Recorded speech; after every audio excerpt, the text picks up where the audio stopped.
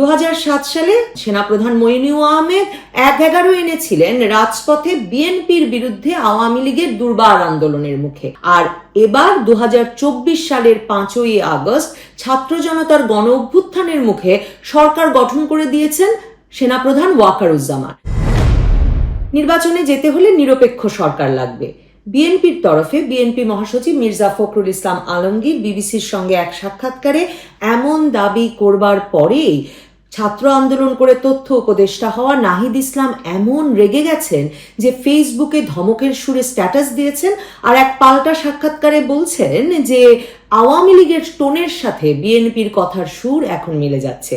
15 বছর ধরে আওয়ামী লীগের বিরুদ্ধে রাজপথে আন্দোলনে থাকা, জেল জুলুমের শিকার হওয়া বিএনপিকে যারা 2011 সাল থেকেই অবাধ নিরপেক্ষ সুষ্ঠু নির্বাচনের দাবিতে নির্দলীয় নিরপেক্ষ তত্ত্বাবধায়ক সরকার ব্যবস্থা ফিরিয়ে আনার জন্য আন্দোলনে ছিল, সেই দলকে এখন জুলাই আগস্টে ছাত্র আন্দোলন করে সরকারের পতন ঘটানো ছাত্রনেতা নাহিদ ইসলাম বলছেন বিএনপি কেন জানি মনে করে এই সরকারটা হয়েছে কেবল নির্বাচনের জন্য। বিএনপি কেন জানি মনে করে যে এই সরকারটা হয়েছে কেবল একটা নির্বাচন দেওয়ার জন্য, এবং এই সরকারকে তারা যে নির্বাচিত বলে না, আসলে এটাও একটা ভুল বক্তব্য। কারণ একটা সরকার যদি নির্বাচনের মাধ্যমে পট পরিবর্তন হয় তাহলে একটা নির্বাচিত সরকার একটা দেশে আসে। তো সরকারটা নির্বাচনের মাধ্যমে পট পরিবর্তন, ক্ষমতার পট পরিবর্তন হয় না, হয়েছে গণঅভ্যুত্থানের মাধ্যমে। তারা বিচার, সংস্কার এবং নির্বাচন করবে। তো আমরা বিচার এবং সংস্কারটা আমাদের কিন্তু সমান প্রায়োরিটি। তো সেই জায়গায় যখন বিএনপি এই একই কথায় তাল দেয়, তো তাদের কথার টোনটা কিন্তু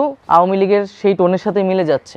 বিদেশি সংবাদ মাধ্যম বিবিসির সঙ্গে এক সাক্ষাৎকারে বিএনপি মহাসচিব সুযোগ পেয়ে প্রশ্নটা তুলেছিলেন যে ছাত্ররা যদি সরকারে থেকে রাজনৈতিক দল গঠন করে নির্বাচনে যায় এবং সেই সরকারের অধীনেই যদি রাজনৈতিক দলগুলোকে নির্বাচন করতে হয়, তাহলে এই সরকারের নিরপেক্ষতা নিয়ে রাজনৈতিক দলগুলো আপত্তি করবে।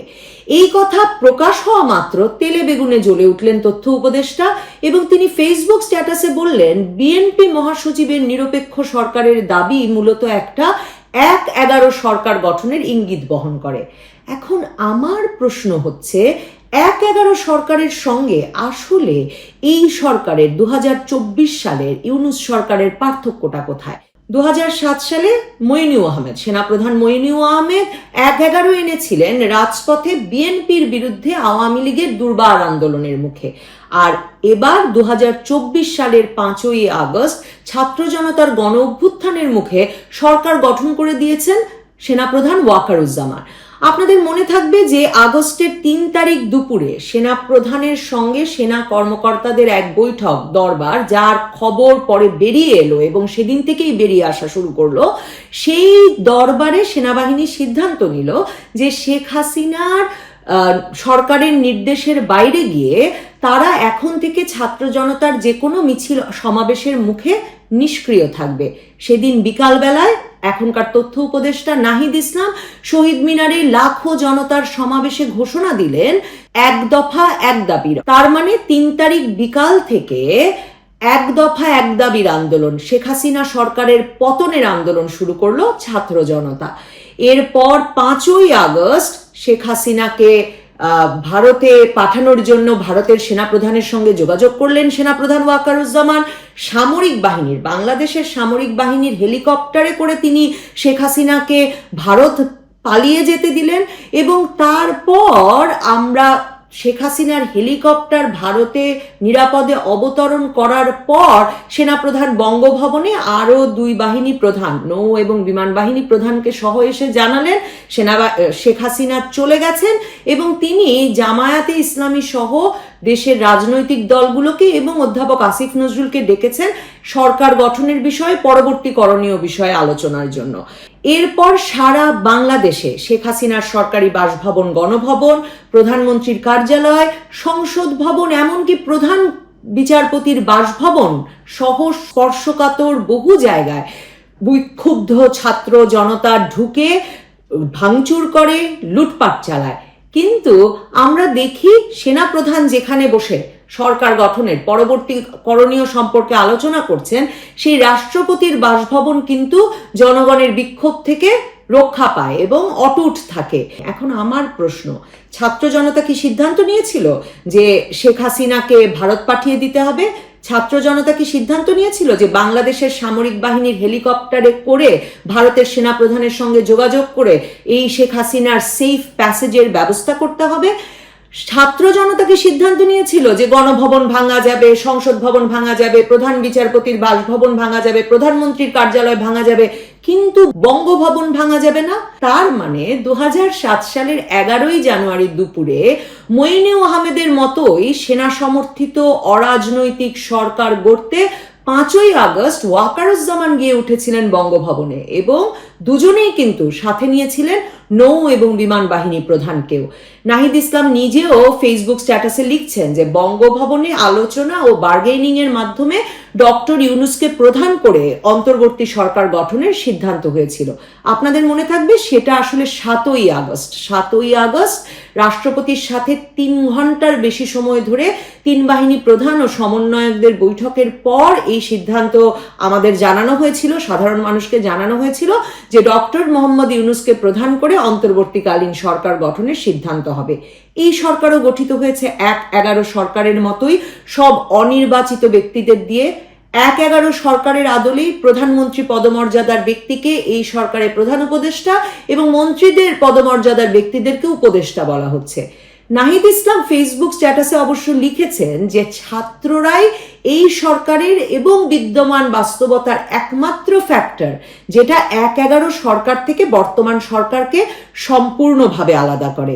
তাহলে এই পার্থক্য ধরে রাখতেই কি বিএনপিকে ছাত্ররা সরকারের থেকে রাজনৈতিক দল গঠন করে নির্বাচন করলেও ছাত্রদের প্রতিনিধিত্ব সরকারে মেনে নিতে হবে, মেনে নিয়েই নির্বাচনে যেতে হবে? নাহিদ ইসলাম আরো লিখছেন যে 1-11 বন্দোবস্ত থেকে আওয়ামী ফ্যাসিজমের উত্থান ঘটেছিল। বিএনপি মহাসচিবের বক্তব্য, সামনে আরেকটা 1-11 সরকার, সংসদীয় সংখ্যাগরিষ্ঠতা ও নতজানু পররাষ্ট্রনীতির ধারাবাহিকতা এবং গুম, খুন ও জুলাই হত্যাকাণ্ডের বিচার না হওয়ার আলামত রয়েছে। আপনাদের মনে থাকবে 1-11 সরকার 2007 সালে রাজনৈতিক সংস্কার প্রচেষ্টার নামে শেখ হাসিনা, খালেদা জিয়া, তারেক রহমান সহ আওয়ামী লীগ বিএনপির শীর্ষ নেতৃত্বের সকলকে গ্রেফতার, 2 বড় দলে ভাঙন ধরানোর চেষ্টা, ডক্টর ইউনূসের মাধ্যমে নতুন দল গড়ার চেষ্টা, 2 নেত্রীকে বিদেশে পাঠিয়ে -2 ফর্মুলার বাস্তবায়ন, দেশের শীর্ষ ব্যবসায়ীদের গ্রেফতার করে অর্থনৈতিক সংস্কারের চেষ্টা। সব চেষ্টাতে ব্যর্থ হয়ে গণ অসন্তোষ আর নির্বাচনের জন্য জনগণের অধৈর্য হয়ে যাওয়ার ইঙ্গিত পেয়ে শেষ পর্যন্ত 2008 সালের ডিসেম্বরে যে নির্বাচনটি দিয়েছিল, সেই নির্বাচনে নিরঙ্কুশ সংখ্যাগরিষ্ঠতা, একক সংখ্যাগরিষ্ঠতা পেয়ে আওয়ামী লীগ নির্বাচিত হয়ে ক্ষমতায় এসেছিল। তবে নাহিদ ইসলাম বলছেন সেই নির্বাচনের ফলে ফ্যাসিজমের উত্থান হয়েছিল এবং বিএনপি মহাসচিবের কথায় সামনে আরেকটা সংসদীয় সংখ্যাগরিষ্ঠতার আলামত রয়েছে। দেখুন, 5ই আগস্ট আওয়ামী লীগ পতনের পর নির্বাচন হলেও বাংলাদেশে ভোটের যে বাস্তবতা, ভোটের যে অনুপাত, সেগুলোর যে হিসাব, সেই ঐতিহাসিক প্রেক্ষাপট বিবেচনা করলে আওয়ামী লীগ পতনের পর নির্বাচন হলে তাতে বিএনপির বিপুল জয়, বিএনপির সংসদীয় সংখ্যাগরিষ্ঠতার সম্ভাবনা বিএনপি মহাসচিব দেখবেন, সেটাই তো দল হিসেবে বিএনপির জনপ্রিয়তা এবং ভোটের হিসাব বলে। কিন্তু আপনারা লক্ষ্য করছেন কিনা জানি না, জামায়াতে ইসলামী এবং ছাত্রদের দল সহ ডান বামের ছোট ছোট অনেক রাজনৈতিক দল কিন্তু এখন আনুপাতিক প্রতিনিধিত্বের নির্বাচনের কথা বলছে। অর্থাৎ প্রতি আসনে প্রার্থী না দিয়ে একটি দলের মোট প্রাপ্ত ভোটের অনুপাতের উপর আসন বন্টন হবে নির্বাচন শেষে। অর্থাৎ যদি কোনো দল প্রদত্ত ভোটের 10% পায়, তাহলে সেই দল আনুপাতিক হারে সংসদের 10% বা এখনকার সংসদের কাঠামো বিবেচনা করলে 30টি আসন পাবে। তার মানে বেকায়দায় পড়া বিএনপি বেচারাকে এখন শুধু নির্বাচনকালীন সরকারকে নিরপেক্ষ করবার জন্য আন্দোলনে গেলে, লড়াই চালালে হবে না, কোন পদ্ধতিতে নির্বাচন হবে সে নিয়েও আসলে এই বিএনপিকে এখন এই সরকারের সঙ্গে অনেক আলাপ আলোচনা কিংবা লড়াইয়ে যেতে হবে। এখন যে অবস্থা, তাতে অন্তত এই কথাটা একদম পরিষ্কার যে এই ছাত্ররা সরকারে থাকলে প্রচলিত পদ্ধতিতে সংসদীয় নির্বাচন হতে পারবে না। নির্বাচন হবে আনুপাতিক পদ্ধতিতে, যাতে কোনো দল সংখ্যাগরিষ্ঠতা পেতে না পারে।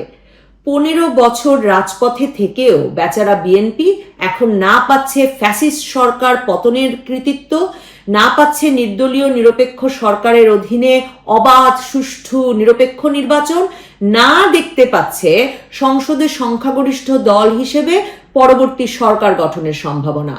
ইউনূস সরকার গঠনের পর মির্জা ফখরুল ইসলাম আলমগীর বলেছিলেন ইউনূস সাহেব তাদের লোক। এই ঘটনাটিও আমাকে 1/11 সময়ের একটা স্মৃতি মনে করিয়ে দিচ্ছে। আপনাদের অনেকের মনে থাকবে যে 2007 সালের 1/11 পর যখন মঈনুদ্দিন ফখরুদ্দিন সরকার গঠিত হলো, তখন আওয়ামী লীগ একে স্বাগত জানিয়েছিল। তারা ভেবেছিল রাজপথে বিএনপির বিরুদ্ধে তাদের গড়ে তোলা দুর্বার আন্দোলনের ফসল হচ্ছে এই সেনা সমর্থিত তত্ত্বাবধায়ক সরকার।